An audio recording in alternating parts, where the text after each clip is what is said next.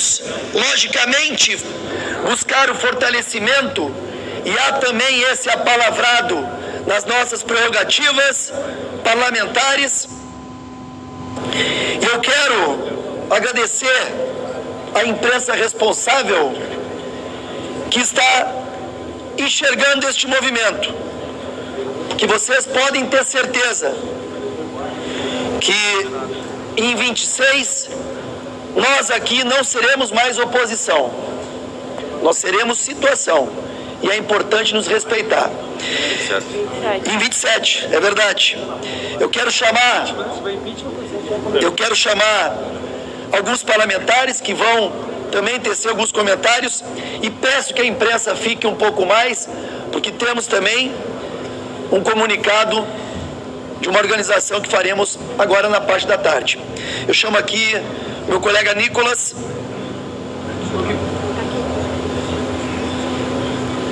Obrigado, líder Zuco. Bom dia a todos.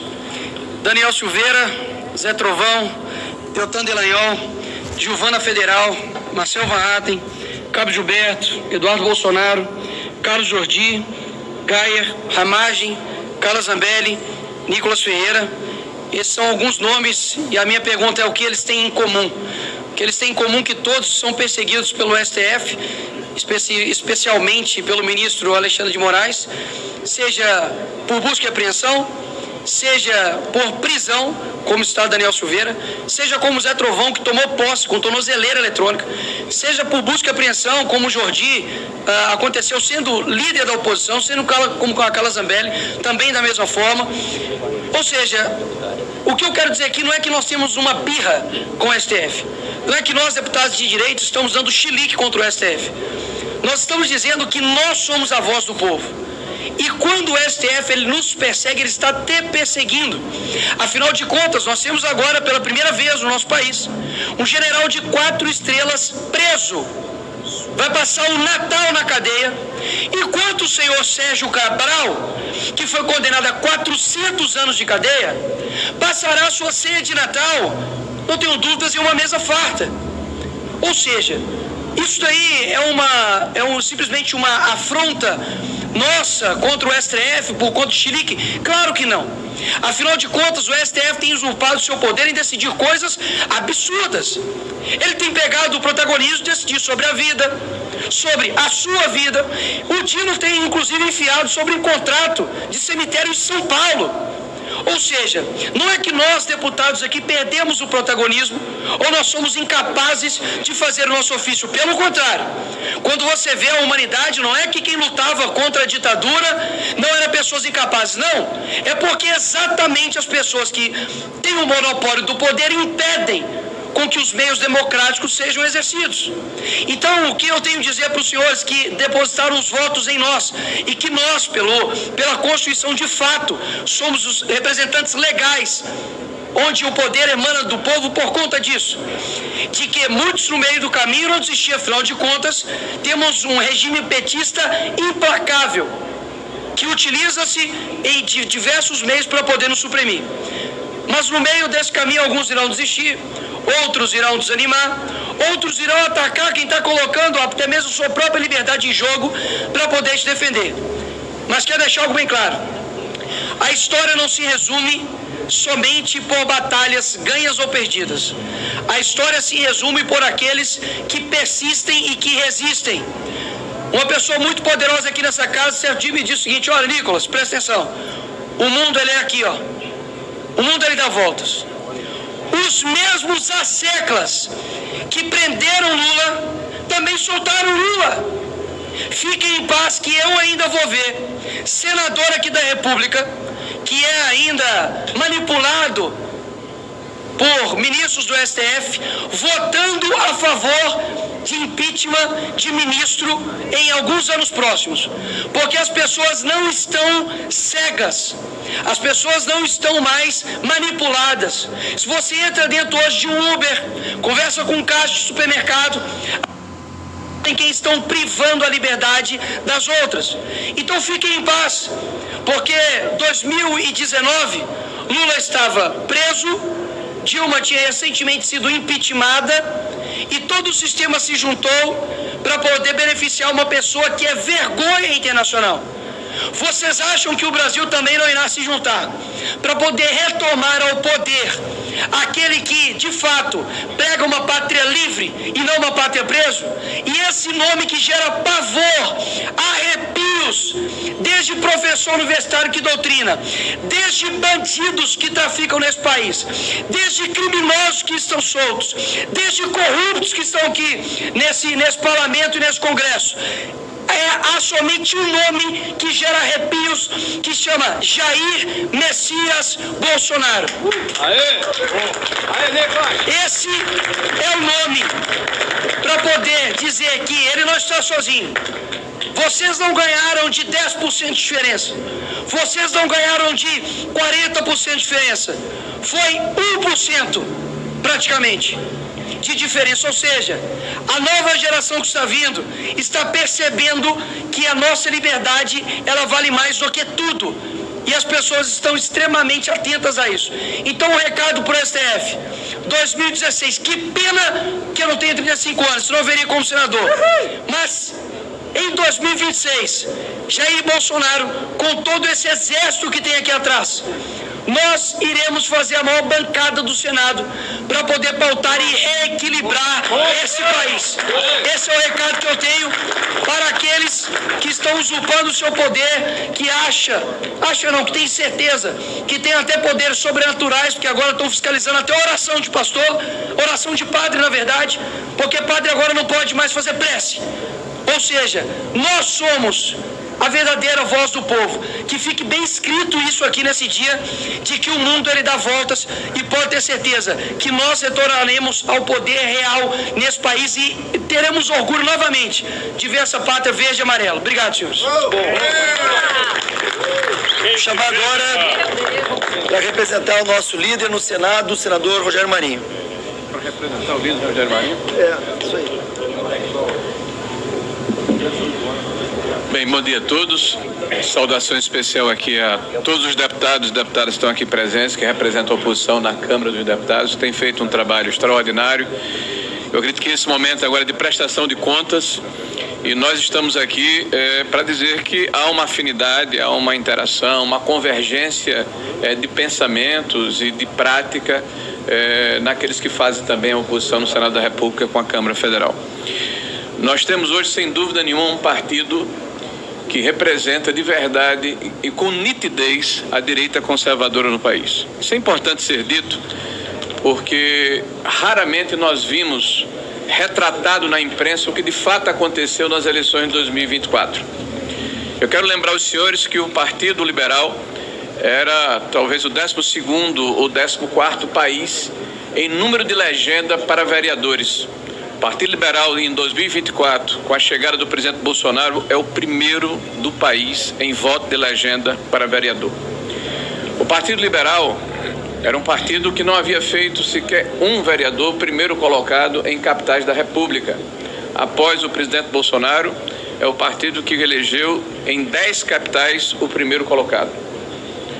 O Partido Liberal é um partido que tinha apenas 2 cidades entre as 103 cidades brasileiras de maior número de eleitores comandadas pelo PL. Após a chegada do presidente Bolsonaro, nós somos o partido que tem 16 cidades comandadas pelo PL, mais 19 como vice-prefeito. E nós somos o primeiro do Brasil com essa condição. O Partido Liberal era o 11º partido do Brasil em número de votos nominais para prefeito em cidades brasileiras nas eleições de 2020. Com a chegada do presidente Bolsonaro, o Partido Liberal é o primeiro partido do Brasil em número de prefeitos em 2024. E isso não é pouca coisa. Apesar de toda tentativa de desmoralização, de desqualificação, de desumanização de uma parte substancial da população brasileira que tem valores, que radicaliza sim, mas na defesa da família, que radicaliza sim, mas na defesa da propriedade privada, que radicaliza sim, mas na defesa das crianças brasileiras, que radicaliza sim, mas na defesa do nosso território nacional e do que nós representamos e quem nós somos, de uma sociedade que tem valores judaicos, cristãos e conservadores e que sempre foi a principal característica da nação brasileira. Essa é a radicalidade desse partido. E isso é o que nos distingue e nos faz diferente. E não é por acaso que este é o partido que não tem posições dentro do governo federal. O nosso partido não participa desse governo. O nosso partido faz oposição a um governo que não tem projeto de país. Um governo que tem projeto de perpetuação no poder. E isso é demonstrado todos os dias na divisão da sociedade brasileira, no ódio reiterado, nas narrativas que são impregnadas, mesmo que confusas e desconexas, para se manter um clima de beligerância que não interessa à sociedade brasileira. Nós somos um país com uma tradição de reconciliação. Nós somos um país com a tradição de pacificação. Nós somos um país em que a democracia sempre venceu. E aqueles que têm posições e visões diferentes de mundo sempre foram respeitados. Não acontece agora no atual governo. Um governo que aparelhou a máquina pública. Um governo que criou uma instituição dentro da Advocacia Geral da União para monitorar a opinião das pessoas e tem agido como um verdadeiro Ministério da Verdade. Essa situação, inclusive, que transbordou a ação executiva e se coligou com um pensamento majoritário do Supremo Tribunal Federal, que agora está julgando, senhores, o Marco Civil da Internet, no seu artigo 19, que pressupõe que para que um conteúdo seja retirado é necessário uma ação judicial. Ora, se isso é inconstitucional, me permitam, nós estamos virando a sociedade de ponta cabeça e invertendo valores. Porque o que se quer, na verdade, é o controle da narrativa. O que se quer, na verdade, é impedir, emudecer, é mascular a população brasileira para que passe literalmente a boiada. A boiada, como está acontecendo, por exemplo, com a nossa economia, com o reflexo da sociedade mais fragilizada que não pode se proteger. Uma sociedade que agora, no dia 15 de março de 2025, vai comemorar a nossa morte civil. São 6 anos de um inquérito interminável que deu poderes universais a um único juiz, que hoje se acha na condição, e é dado e respaldado pelos seus pares, de fazer e acontecer sem levar em consideração o ordenamento jurídico pátrio. Nós estamos vendo uma inversão de valores, nós estamos vendo um desbordamento das ações constitucionais que estão sendo relativizadas, a começar pela liberdade de expressão. Pessoas são condenadas e acusadas nesse país pelo crime do pensamento, pelo crime do livre-arbítrio, pelo crime de ousar e discordar daqueles que detêm hoje o poder de ocasião no nosso país. Isso é muito grave. Mas o pior é que está sendo banalizado, está sendo colocado como natural pela grande imprensa brasileira. Nós estamos assistindo agora alguns editoriais, até repetitivos, dos grandes jornais do país, que reclamam dos excessos cometidos pelo Supremo Tribunal Federal, mas sempre com mas. Mas foi necessário, em determinado momento, para defender a democracia. O que é que nós deduzimos disso, dessa hipocrisia? A democracia está sendo defendida por aqueles que estão destruindo a democracia.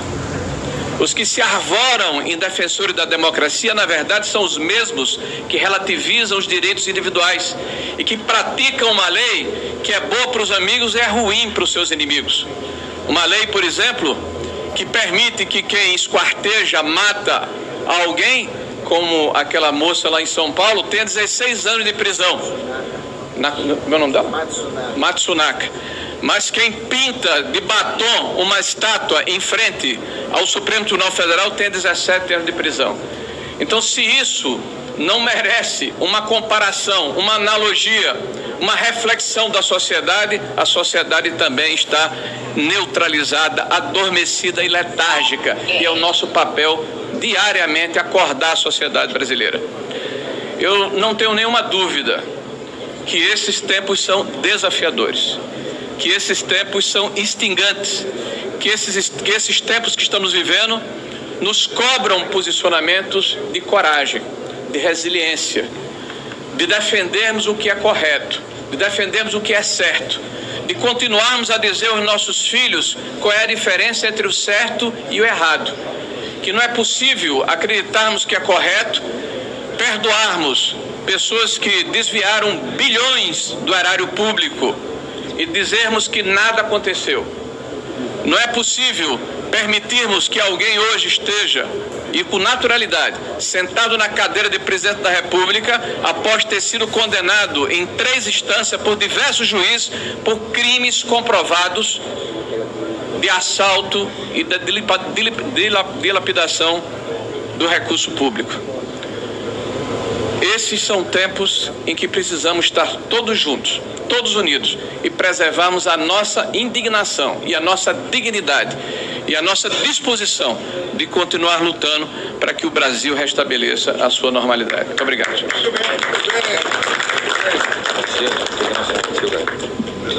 Para falar sobre a questão da imunidade parlamentar, eu chamo o deputado Gustavo Gayer. Obrigado, presidente. Nosso novo líder, aliás, né? Nosso líder da oposição. Inclusive, um dos motivos da gente estar aqui hoje, nessa última coletiva de imprensa, na última semana de sessões no Congresso, é para apresentar a nossa nova liderança da oposição. Um cara que eu tenho muito respeito, mas que ao mesmo tempo, Zuco, eu fico preocupado, porque como a gente está vivendo nessa democracia relativa, o simples fato do senhor estar assumindo agora a posição de líder da oposição já coloca um alvo gigantesco nas suas costas. Busque apreensão na sua casa, seu nome aparecendo em algum inquérito, sua vida devassada, sua reputação sendo destruída. Por que, alguns podem perguntar, o que poderia ser usado para colocar o Zuco numa busca e apreensão ou no inquérito? Criatividade. Seja criativo. Sejam criativos. Quando nós saímos aos domingos para votar os nossos representantes eleitos, quaisquer que sejam as suas esferas, municipal, federal, estadual, nós estamos depositando um voto de confiança, mas também escolhendo uma pessoa para que nos represente no parlamento. Representar não é apenas votar do jeito que você gostaria. Mais importante do que o voto é ter alguém que venha aqui e fale por você. Seja a sua voz, seja a voz do povo. É isso que nós somos. Nós existimos para sermos a voz do povo, de forma plural, da esquerda, do centro, da direita.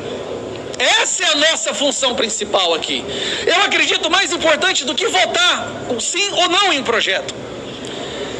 E a função primordial, nossa, representante eleito, está sendo, me corrijo, foi destruída ao longo desses últimos anos. Hoje, uma das coisas mais perigosas que um parlamentar pode falar aqui, pode fazer aqui, é falar. É pedir por transparência, é falar em nome dos desejos, dos anseios da sua população que o colocou aqui. É pedir que a Constituição seja respeitada, que o devido processo legal seja seguido, que direitos humanos básicos e fundamentais sejam respeitados. Então hoje, todos que estão aqui, em frente às câmeras, nessa última coletiva de imprensa de 2024, são alvos. Por roubar? Por desviar emenda? Não. Por cometer crimes terríveis? Não. Por fazer parte do PCC, das facções criminosas? Não. Por falar. Ora, como nós chegamos nesse nível de coisas e muitos ainda agem como se tudo estivesse normal? O princípio fundamental de uma democracia, que é a voz do parlamentar, não existe mais no Brasil. Liberdade de expressão. A liberdade de expressão já não existe mais. A liberdade de expressão de um indivíduo comum qualquer já deveria ser sagrada e intocável. Quanto mais de um parlamentar que é eleito para representar centenas de milhares de pessoas. Aí, nós chegamos no nível, Van Hatten, de tamanha insanidade, onde o ministro do STF, dando um voto para instaurar a censura no Brasil, diz, Zuco, que liberdade de expressão é a mesma coisa que jogar alguém de uma ponte. que liberdade de expressão é a mesma coisa de um homem bater numa mulher. Pelo amor de Deus! Como não ficar indignado? Como não estourar as veias de indignação com tamanha barbaridade? Liberdade de expressão é a mesma coisa de jogar um homem de uma ponte. O que a gente faz então?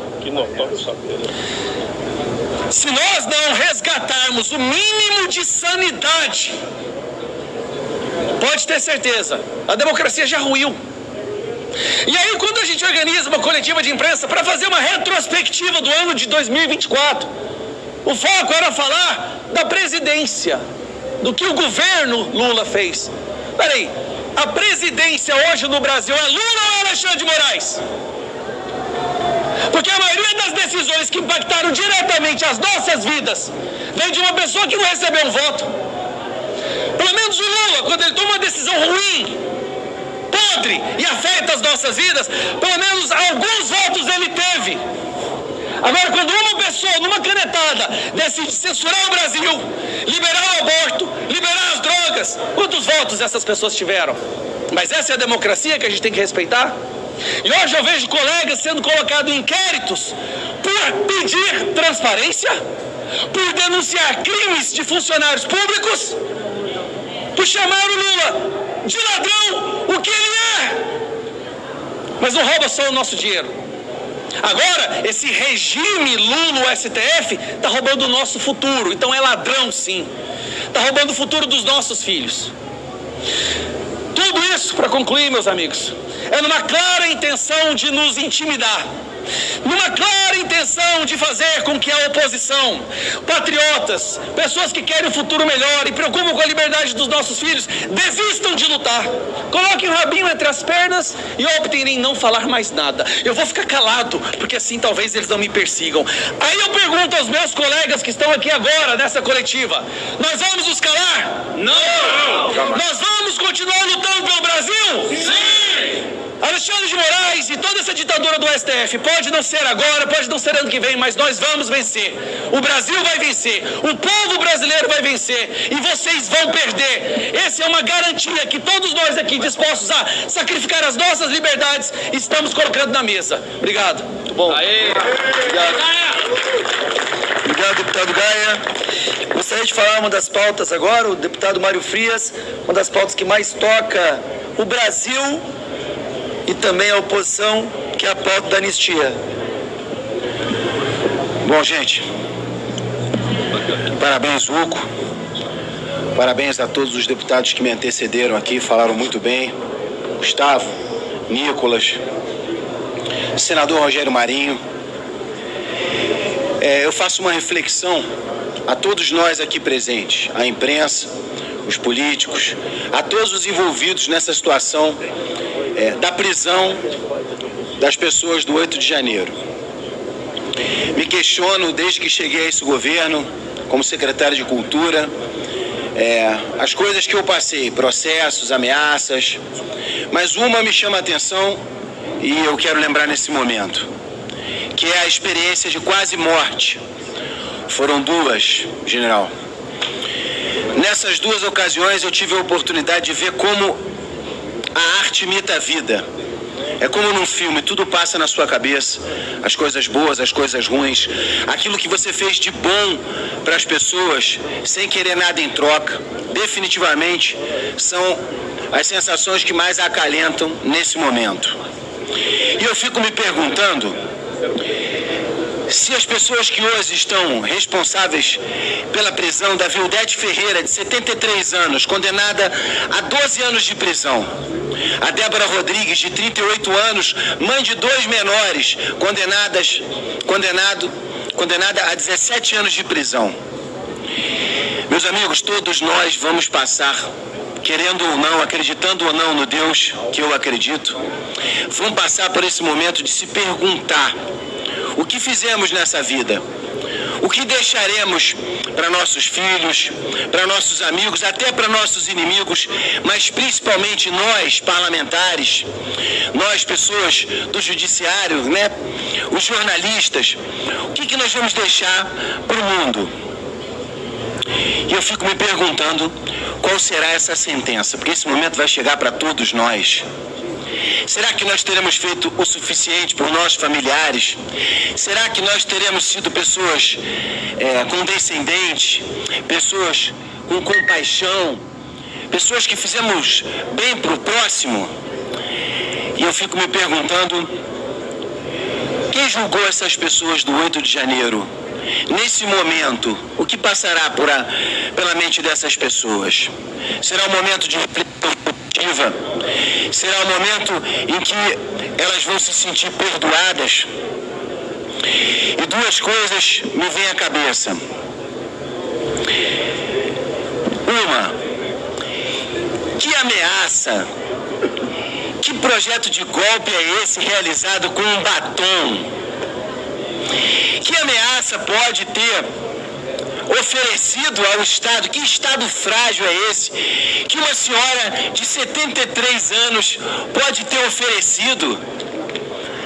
Já basta, chega dessa pantomima.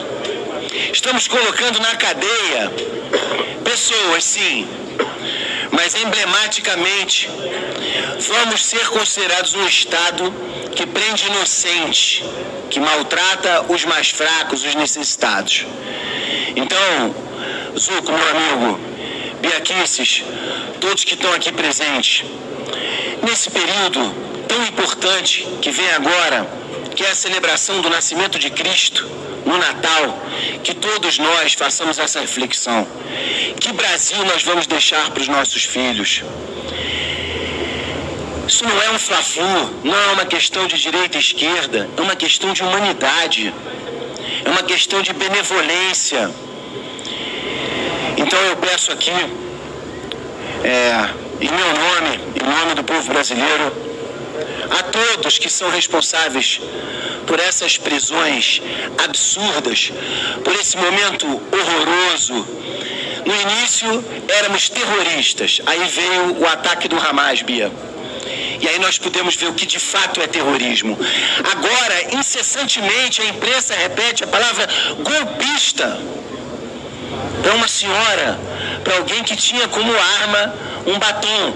Ninguém aqui está negando que houve depredação de patrimônio público. O que a gente pede é que a justiça seja feita individualizada, que cada pessoa responda por aquilo que cometeu e não a toque de caixa, como vimos outro dia, Zuco, numa manifestação de um representante do judiciário. Chega! O Brasil não precisa disso, independente da luta que nós vamos continuar travando, pelo que nós defendemos, pelo voto que recebemos. É momento de pacificação deste país. Estas pessoas não são inimigas mortais da República, muito menos terroristas. Então peço aqui, em nome do poder que eu pertenço, em nome do Legislativo, em nome de todos nós, anistia para essas pessoas que de golpistas só tem o rótulo que vocês estão querendo colocar neles. Obrigado. Muito obrigado. Vou te chamar também para falar um pouco, nós vamos falar sobre o cenário nacional do governo, mas também tudo que está acontecendo, como o mundo está vendo o cenário no Brasil. Eduardo Bolsonaro.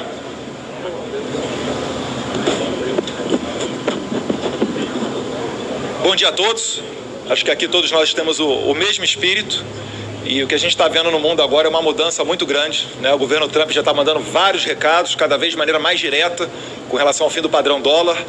Começou a citar o Brasil. O Brasil, se o governo Lula não tomar tendência, vai ter problemas com os Estados Unidos, eu acredito, porque ele não é muito acostumado a seguir uma linha pragmática, e mesmo depois da eleição do Trump, a gente pôde ver a primeira-dama falando o que falou para Elon Musk, o principal conselheiro do Trump nesse momento, Paulo Teixeira, Haddad falando que o dia acordou nebuloso, enfim. A gente tem aqui um governo de pessoas que não têm compromisso com os interesses do povo brasileiro. E não foi o presidente Bolsonaro que colocou os Estados Unidos no meio disso tudo. Foi a própria Polícia Federal, a Stasi de Alexandre de Moraes, que disse que o presidente falsificou um cartão de vacina para entrar nos Estados Unidos. Que falsificaram uma entrada do seu assessor internacional, Felipe Martins, que ficou 6 meses preso injustamente. Hoje em dia, toda semana tem que ir no tribunal para assinar um documento para dizer que está ali pela região de Curitiba e Ponta Grossa. Foram eles que atraíram os Estados Unidos para dentro desse problema. E graças a Deus a gente está tendo uma relação cada vez mais próxima, cada vez mais íntima. O seu chanceler é Marco Rubio, descendente de cubanos, acabou de nomear outra pessoa, Rick Renel, para tomar conta de Coreia do Norte, Cuba, Venezuela. Vamos ver se ele também não vai ter uma atenção especial com outros países, talvez para com o Brasil. Então a gente está vendo aí pela primeira vez, né, o fim do conforto de Lula para apoiar publicamente Hamas. É o líder internacional que mais fala a favor do Hamas. O Trump, uma das primeiras coisas que ele fez foi pedir a soltura imediata dos reféns, senão a questão ali do Oriente Médio, né, o Hamas vai sofrer o inferno na terra. Então realmente a gente tem uma mudança internacional, não só na política americana, mas uma vibração que está chegando nos outros locais também. A Argentina tem o Milei, na Hungria tem o Vítor Orbán, o Santiago Penha vai estar também do Paraguai agora na ascensão do Trump, na posse dele. Então a gente está no momento de inflexão. Todos sabemos que as autoridades de Brasília gostam de passar férias na Disney. O delegado Fábio Schor, que comanda as investigações desses inquéritos inconstitucionais, comanda todas as ordens inconstitucionais do Alexandre de Moraes, passou as suas últimas férias na Disney e, coincidentemente, estava nos Estados Unidos quando foi editado o passaporte de Felipe Martins, que quando inseriram falsamente a entrada de Felipe Martins nos Estados Unidos, ele estava com um passaporte outro e não o seu passaporte atual. Então tem muita coisa a ser investigada e pela primeira vez a gente vai ter a oportunidade de passar essa história a limpo. Então todos nós aqui estamos juntos nesse mesmo espírito, provavelmente esperando que o Trump fará o perdão do pessoal do 6 de janeiro lá. Seria interessante, 6 de janeiro lá e 8 de janeiro aqui. Então seria interessante que a gente também virasse essa página. Tem vários parlamentares aqui ao meu redor que são protagonistas e são autores de projetos de anistia. A gente não quer um benefício a pessoas, né, que cometeram crimes contra a democracia. Não. É justamente por não ter havido uma tentativa de golpe. A gente está falando, queremos virar essa página da história. Queremos discutir aqui reforma tributária, saneamento básico, hospital, escola. Eu acho que resume muito, finalizando, a entrevista que a deputada Bia Kicis deu para a CNN recentemente. A gente fala de golpe, que não teve um tiro, que não teve uma arma apreendida. Enquanto isso, os assuntos de interesse nacional estão passando ao lado. Finalizo aqui só falando do meu repúdio para com a prisão do general Braga Neto. Uma investigação que já foi acabada, já foi finalizada, o relatório já foi confeccionado pela Polícia Federal e ele foi preso por obstruir as investigações. Pelo amor de Deus, um comandante do Exército inepto, né, General Tomás, inútil, poderia colocar ali uma abóbora no lugar dele, que daria no mesmo, tá?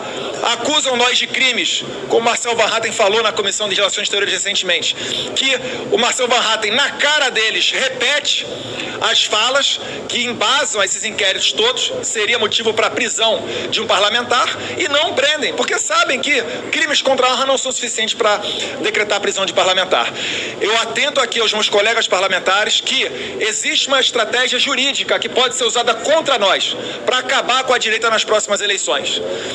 A novidade de condenar parlamentares por crimes contra a honra gera inelegibilidade enquanto perdurarem os efeitos da sentença. Então, no meu caso, tem, por exemplo, um processo aqui que a deputada Tabata Amaral está me demandando, devido à discussão do projeto de lei dos absorventes. Trocamos farpas na internet, ela está me processando. O processo está pronto para julgamento, mas ainda não foi, não sei por quê. Se esse processo for julgado em junho ou julho de 2026, por mais que eu possa sofrer uma condenação ínfima de 3 meses, uma detenção de 3 meses, que vai ser convertida numa cesta básica, numa prestação à comunidade, durante esses 3 meses, se abarcar outubro de 2026, eu estarei inelegível. Essa teoria está sendo construída nos tribunais para tentar esmagar Eduardo Bolsonaro, General Girão, Bia Kicis, né, Gustavo Gayer, dentre outros aqui que somos os mais vocais dessa casa, para de repente tirar futuros senadores, reeleitos deputados federais e as nossas bases. Então, o Brasil está muito mal. Espero contar com a o bom senso dos colegas da imprensa de levar essa mensagem adiante. Muito obrigado. Obrigado. Antes de entrar no cenário nacional, sobre o abuso de autoridade, deputado Evair.